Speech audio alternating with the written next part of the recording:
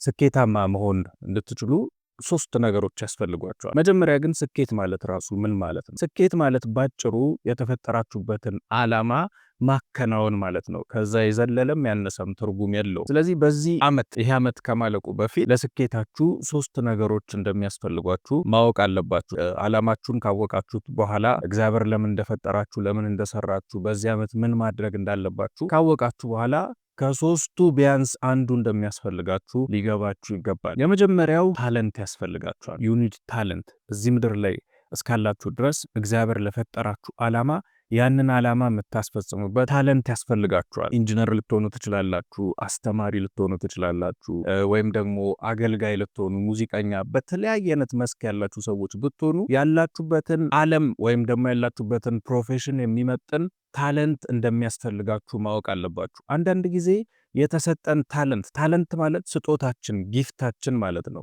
እግዚአብሔር ውስጣችን ያስቀመጠው ለየት የሚያደርገን እኛን በትንሹም ይሁን በትልቁ ዲፋይን ሊያደርገን የሚችል ስጦታ ማለት ነው። ያለን ስጦታ ሌላ፣ እኛ ያለንበት ቦታ ሌላ ይሆንና በኑሮም ምክንያት ሊሆን ይችላል፣ ባለማወቅ ምክንያት፣ በተለያየ አይነት ምክንያት ከታለንታችን ውጪ፣ ከስጦታችን ከጊፍታችን ውጪ እየኖርን ከስኬታችን ጋር ወይም እግዚአብሔር ካስቀመጠብን ዓላማ ጋር እንለያያለን ማለት ነው። ስለዚህ መጀመሪያ ጊፍታችሁን ልታውቁ ያስፈልጋችኋል። በዛ ጊፍታችሁ ደግሞ ኦፕሬት ልታደርጉ፣ በዛ ስጦታችሁ ልትንቀሳቀሱ፣ ልትሰሩ ያስፈልጋችኋል ማለት ነው። ካልሆነ ስኬት ሩቅ ሊሆንባችሁ፣ ከባድ ሊሆንባችሁ ይችላል ማለት ነው። ሁለተኛው ደግሞ አንዳንድ ሰዎች እኔ ጊፍት የለኝም ሊሉ ይችላሉ። በእርግጥ ጊፍት የሌለው ሰው የለም። ነገር ግን ያለኝ ጊፍት ባለውበት አካባቢ ላይ ብዙም ተፈላጊነት የለውም፣ ብዙም ተቀባይነት የለውም፣ ብዙም አስፈላጊ አይደለም። ስለዚህ ምንድነው የኔ ዕጣ ፈንታ፣ ምንድነው የኔ ድል ፈንታ ይላሉ። አንድ የምስራች ልንገራችሁ። እዚህ ምድር ላይ እንዲሳካላችሁ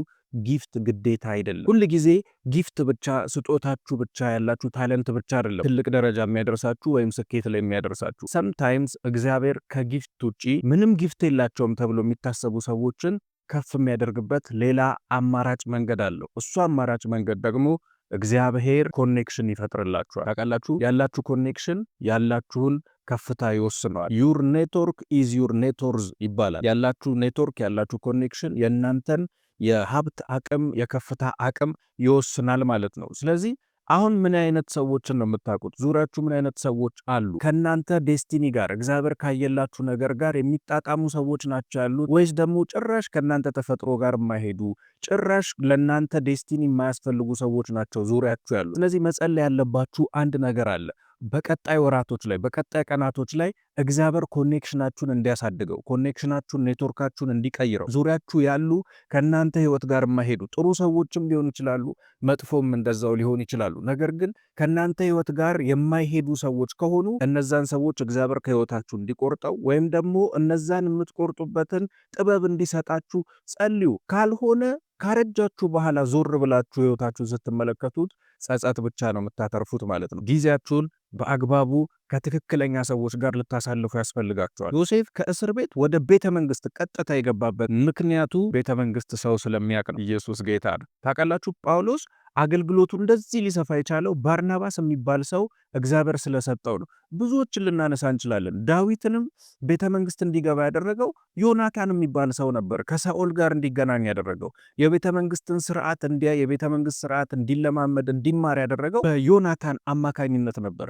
የእናንተ ዮናታን ማን ነው? የእናንተ ባርናባስ ማን ነው? ማንም ባልተቀበለው ሰዓት ጳውሎስን የተቀበለው ባርናባስ ነበረ።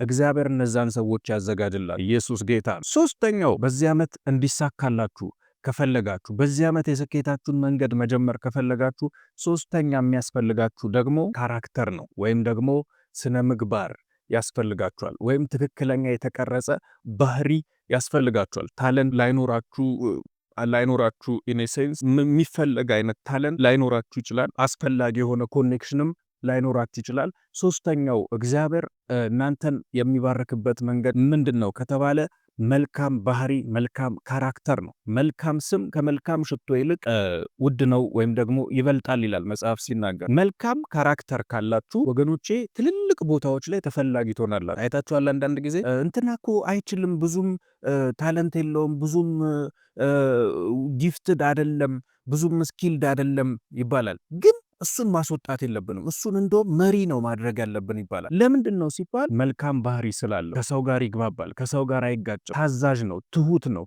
ነው። እነዚህ ሁሉ ነገሮች ለከፍታችሁ ትልቅ አስተዋጽኦ ያደርጋሉ። አንዳንድ ጊዜ አይታችኋል፣ ታለንት ያላቸው ግን ካራክተር የሌላቸው ሰዎች አሉ። በታለንታቸው የሚሄዱበት ርቀት ሊኖር ይችላል፣ ግን ካራክተራችሁ ከታለንታችሁ ያልተናነሰ አንዳንድ ጊዜም የበለጠ ከፍታ ሊያስገኝላችሁ እንደሚችል ማወቅ አለባችሁ። ከሶስቱ አንዱ ካላችሁ እመኑኝ ህይወታችሁ ወደፊት እንደሚሄድ እርግጠኛ ልትሆኑ ትችላላችሁ። ከሶስቱ ሁለቱ ካላችሁ ደግሞ በጣም የተሻለ ርቀት ትሄዳላችሁ። ሶስቱንም ደግሞ እግዚአብሔር ካሳካላችሁ እናንተም እግዚአብሔር እንዲያሳካላችሁ ራሳችሁን ከከፈታችሁ እመኑኝ አሁን ያላችሁበት ስፍራ ላይ አትገኙ። ታለንታችሁ፣ ኮኔክሽናችሁ እንዲሁም ካራክተራችሁ ከፍታ ላይ ያስወጣችኋል።